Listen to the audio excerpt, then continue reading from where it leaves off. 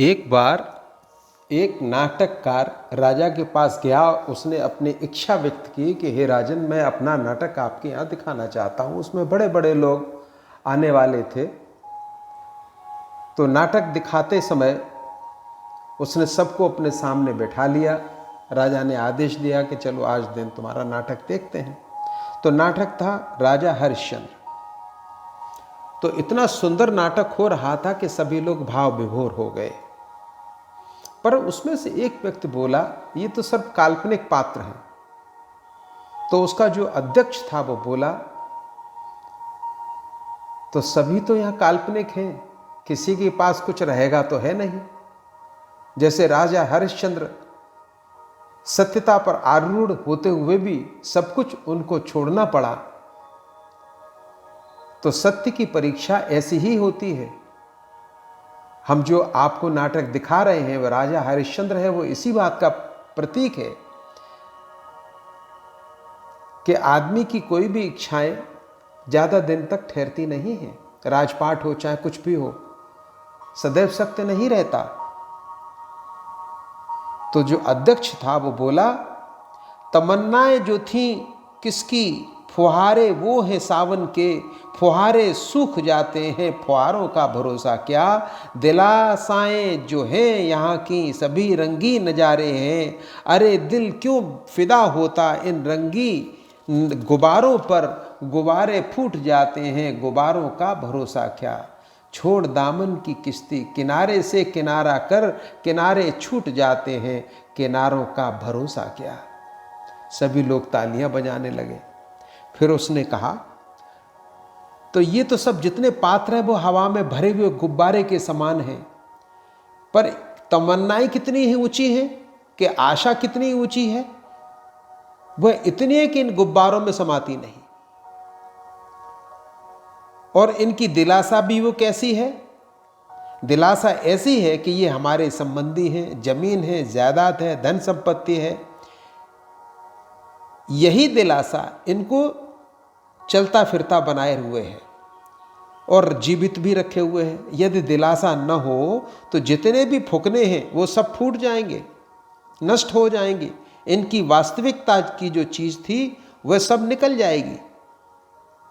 तो ऐसे ही समझ लो, कोई भी आदमी किसी जीवन को खेल खेल रहा है तो वो किसी दिलासा की वजह से। तो तेरे देखते देखते प्राणवायु निकल जाएगी और ये सब फूट जाएगा और शरीर छूट जाएगा और सब समाप्त हो जाएगा। तो उस ईश्वर के किनारे के लिए सभी अन्य किनारों को भी छोड़ना पड़ता है, तब वह किनारा मिलता है जो सबका किनारा है। ऐसी बात करके उसने पुनः अपना कार्य प्रारंभ कर दिया। और उसमें खेल आता है कि माँ अपने बेटे रोहित को उठाकर ला रही है। जैसी अवस्था में मरा था ठीक उसी अवस्था में ला रही है, तो उसके पास कपड़े तक नहीं है। वह अपने बेटों को शमशान घाट पर ले आती है, जहां पर उसका पति कर्तव्य परायणता के साथ वहां बैठा हुआ है, जो बच्चे का पिता भी है। तो जहां पर परमात्मा का जिज्ञासु होता है और कुछ त्याग करता है और त्याग की भावना से वह सत्यता का आचरण करता है, तो किसी देश काल में उसे देखा जाता है कि वह कितना सत्यवादी है, वह कितनी निष्ठा है। अतः हरिश्चंद्र भी अपनी पत्नी से कर के स्वरूप में कफन लेता है। यह उसका कर है जो उसे अपने मालिक को देना है। बच्चे की मां कहती है, तुम्हारा पुत्र है, जरा देखो तो सही। हरिश्चंद्र कहता है कि मैं यहां पर कर्तव्य पर हूं, अपने कर्तव्य पथ से मैं नहीं हट सकता।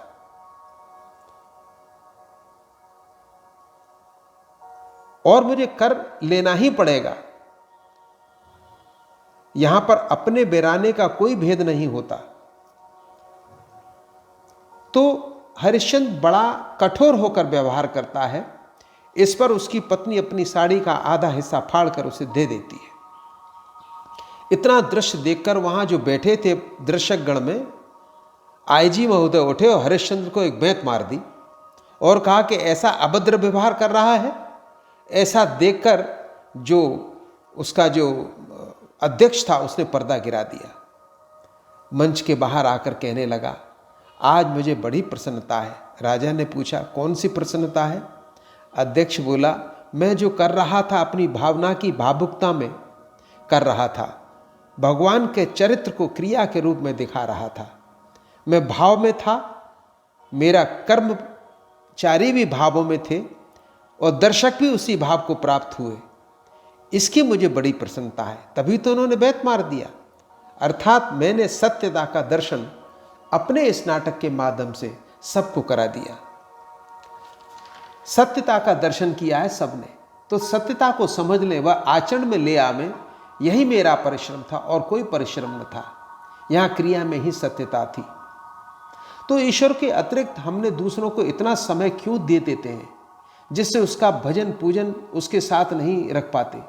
ये सब इसलिए है कि ईश्वर का स्थान आपने बहुत छोटा समझ लिया है। तो ईश्वर की कीमत भी कम कर रखी है। तो इतनी कीमत पर आप परमात्मा के समीप कैसे पहुंच सकते हो जब आपने परमात्मा की कीमत ही कुछ नहीं रखी? आप परमात्मा के पास या समीप तभी पहुंच सकते हैं जब उसकी कीमत इतनी हो कि आपकी वस्तुएं सब तुच्छ व छोटी मालूम पड़ने लगे। परमात्मा सबसे ऊपर हो और सब कुछ अलग हो। एक बार उद्धव कृष्ण ने पूछते, हे प्रभु, आपके भजन करने से प्राणियों को सिद्धियां प्राप्त होती हैं, तो उसके विषय में आपसे पूछता हूं, वह बताएं। तो कृष्ण कहते हैं, जितने भी योग शास्त्र हैं वह सब मेरे द्वारा ही उत्पन्न होते हैं। जितनी भी सिद्धियां हैं वो भी मुझसे ही मिला करती हैं। पर जब लोग लेने आते तब सिद्धियों को मेरे हाथों से ले जाते हैं, शक्तियों को मेरे हाथों से ले जाते हैं, पर मुझे छोड़ जाते हैं। तब उनके ऊपर मुझे अधिक तरस आता है कि इतना तप किया, इतना भजन किया, इतनी कठोर साधना की, पर वो मुझे न प्राप्त कर सके। जो सिद्धियों मुझसे प्राप्त की वह मात्र चवन्नी भर की थी, उसको लेकर के संतुष्ट हो गए। अरे नदी को पार करने में उसे 10 वर्ष व्यतीत कर दिए, यह तो मात्र चवन्नी में हो जाता। अतः ऐसी प्राप्ति की कीमत क्या हुई? तो जब परमात्मा मिला तो क्या चीज मांगनी चाहिए? केवल 4 आने की वस्तु मांग ली तुमने और कुछ नहीं। रिद्धियों सिद्धियां आपने मांग करके प्रसन्न हो गए। लोगों ने परमात्मा को छोड़ दिया, पर वस्तुओं को इतनी बड़ी जगह दे दी कि ईश्वर भी तुच्छ दिखाई देने लगा। सिद्धि जब अपना कार्य कर समाप्त हो जाती हैं तो वह साधक साधारण जीव जैसा हो जाता है। आप खूब सिद्धियां अर्जित कर लो, रिद्धियां आपके चारों तरफ आने जाने घूमने लगे, पर उनकी भी एक सीमा होती है। कुछ सकाल तक रहेंगी और अपना कार्य करके वो समाप्त हो जाती। फिर आप ठीक वैसे ही साधारण जीव के समान हो जाओगे जैसे सब होते हैं। यह परमानेंट रिद्धियां सिद्धियां किसी के पास नहीं रहती। अतः इन लोगों के पास ईश्वर कभी नहीं आता। इस जीव ने मुझको ऐसा समझ रखा है जैसे रद्दी का टुकड़ा हो, और मेरे स्मरण भी करता है पर मैं प्राप्त नहीं होता। तो रिद्धियां सिद्धियां मांगोगे तो वो ले जाओगे, मुझे मांग लोगे तो रिद्धियां सिद्धियां तो अपने आप आ जाएंगी। मेरे साथ हैं वो, शास्त्र सब मेरे साथ है। मुझको लेने के बाद विश्व का समस्त ज्ञान तुम्हें प्राप्त होगा। मुझको प्राप्त करने के बाद सारी रिद्धियां सिद्धियां तुम्हें प्राप्त होंगी। मुझको प्राप्त होने के बाद तुम्हें स्मृति की प्राप्ति होगी। मुझको प्राप्त होने के बाद वो ऐश्वर्य तुम्हें प्राप्त होगा जो मुझको मेरे पास है। तो मेरे पास जितनी भी चीज है वो मेरे भक्त की हो जाती है। वह तभी प्राप्त होगा जब उसकी निगाह में परमात्मा की कीमत इतनी बढ़ी हुई है कि सारे जगत का शासन पद जो है वह उसकी तुलना में नगण्य है। धन वैभव की कीमत परमात्मा के सामने न के बराबर समझनी चाहिए। साधक सत्य के सामने असत वस्तु को सहर्ष त्याग देता है। जैसे राजा हरिश्चंद्र ने अपना राज्यपाठ सत्य के समक्ष कुछ नहीं समझा। जब वह चल देता है तो पत्नी रोकर कहती है कि मैं भी तुम्हारे साथ चलूंगी, मुझको आपने दान में तो दिया नहीं। लड़का रोहित कहता है मैं भी चलता हूं। यह सब देखकर उसको हर्ष होता है कि हम सब सत्य की ओर जा रहे हैं, हम सत्य के मार्ग पर निकल रहे हैं। राजा हरिश्चंद्र को बड़ा अच्छा लगता है, सुखी होता है। जो तीनों कालों में एक रस है वह परमात्मा का नाम उस स्वरूप व सत्ता ही है, दूसरा कोई नहीं है। ऐसे सत्य की ओर राजा हरिश्चंद्र चल देता है। चलते चलते वह कांतार वन में पहुंच जाता है। कांतार वन उसको कहते हैं जिसमें किसी की आवाज न सुनाई दे, वह चलने का भी कोई स्थान न हो, इतना घना वन हो कि चला भी न जा सके और बाहर की आवाज, अंदर की बाहर न जा सके आवाज और बाहर की भीतर ना आ सके, इतना घना जंगल। इतने सभी कष्ट वह सहन कर रहा है। किसकी सत्ता से यह सब सहन कर रहा है? उसने परमात्मा को सत स्वरूप से धारण कर लिया है। दुखों के पहाड़ टूटे, मुख से निकलती आह नहीं, राम के दीवानों को दुनिया के सुखों की चाह नहीं। जैसे महलों में चलता था, ठीक वैसे ही वो आज जंगलों में विचरण कर रहा है। बच्चे रोहित को एक बार मां समझाती है कि यहां तुम्हारे पिता को ईश्वर के अलावा दूसरा कुछ भाषित नहीं हो रहा है, अतः पथ को देखकर मैं भी ठीक वैसे ही धारणा बनाए हुए हूं। वह सत्य का जो पथ है उसमें हम दोनों पथिक बन चुके हैं, पथ बनकर चल रहे हैं। अतः बेटा तू भी चल। रोटी के लिए क्यों बिलबिलाता है, क्यों रोता है? राजा हरिश्चंद्र मां बेटे के इस वार्तालाप पर कोई ध्यान न था। जिसे अपने ऊपर ध्यान न हो वह दूसरे के ऊपर क्या ध्यान देगा? उल्टा भूख प्यास पर कोई ध्यान नहीं है। दैव योग से आकाश मार्ग से नारद वहां ऋषि आ जाते हैं। नारद उन सभी को कांतार वन में चलते हुए देख लेते हैं। ये एक मुक्त योगी है, अतः जो कुछ भी अदृश्य था सभी दृश्यमान हो जाता है। उन्हें अधिक प्रयास नहीं करना पड़ता, थोड़ी दृष्टि घुमाते ही सब कुछ प्रत्यक्ष हो जाता है, सब जान लेते हैं। तो नारद ने सब कुछ जान लिया। नारद का हृदय भक्त था और वो भक्त हैं, तो लिहाजा भक्त की पीड़ा को देखकर द्रवित हो गए, क्योंकि वे स्वयं एक भक्त हैं। वो भी सत्य के मार्ग को पार कर चुके थे। उन्हें बड़ी प्रसन्नता हुई कि ऋषियों को सत्यवादी के दर्शन कर अत्यंत प्रसन्नता होती है। जो ऋषि मुनि होते हैं, यदि कहीं पर कोई सत्यवादी मिल जाए तो उसको देख करके उन्हें इतना आनंद आता है कि उसकी कल्पना करना मुश्किल है। तो नारद को भी वही स्थिति होती है कि उन्हें भी सत्यवादी हरिश्चंद्र के पूरे परिवार को देख करके बड़ा आनंद होता है। अन्य जनों के दर्शन से उन्हें आनंद नहीं प्राप्त होता जितना सत्यवादी के दर्शन से होता है। नारद को इसलिए प्रसन्नता होती है कि उस सत्य के सामने राजा को सब कुछ तुच्छ दिखाई देता है। नारद पूछते हैं राजा से, तुम ऐसी दशा में घूम रहे हो, बड़ा कष्ट हो रहा होगा। राजा बोला, ऐसी बात नहीं है हे नारद, हमें दुख नहीं है। जिस सुख को मैं राजमहल में नहीं देख सकता था, आज वही सुख मैं प्रत्यक्ष रूप से देख रहा हूं और अनुभव कर रहा हूं। आज मुझे ये दीनता नहीं कि मेरे पास कुछ नहीं है, पर आज ही मुझे ऐसा बोध हो रहा है कि जैसे मेरे पास सब कुछ है। ऐसा सुख का अनुभव पहले कभी नहीं हुआ था जो आज हो रहा है। नारद जी विदा लेकर भगवान के पास पहुंचे, नारायण के पास पहुंचे। नारायण के वो अनन्य भक्त हैं, उनके पास पहुंचे। वह कहने लगे, आपको अपने भक्तों की जरा भी चिंता नहीं, जरा भी उनको दया नहीं आती? भगवान बोले, किस बात की, किस बात की दया? नारद बोले, राजा हरिश्चंद्र कांतार वन में भटक रहा है, वह सत्य पर आरूढ़ है, आपको दया नहीं आती कि थोड़ी मदद ही कर दें? आपकी दृष्टि मात्र से उसका संकट दूर हो सकता है। आपने थोड़ी सी दृष्टि घुमानी है, उसका संकट दूर करिए, उसको कांतार वन से निकाल करके बाहर ले आइए। भगवान बोले, क्या तुमने पूछा कि संकट है? तब नारद जी बोले, हां, पर उसने कहा कि ऐसा सुख मैंने पहले कभी नहीं देखा जो आज देख रहा हूं। तो भगवान बोले, तब फिर किस संकट को दूर करूं? भगवान ने कहा, मैं संकट का क्या दूर करता, मैं तो स्वयं उसके साथ में था। अतः भगवान कहां होकर देखते हैं यह भगवान ही जाने, जीव क्या समझ पाएगा।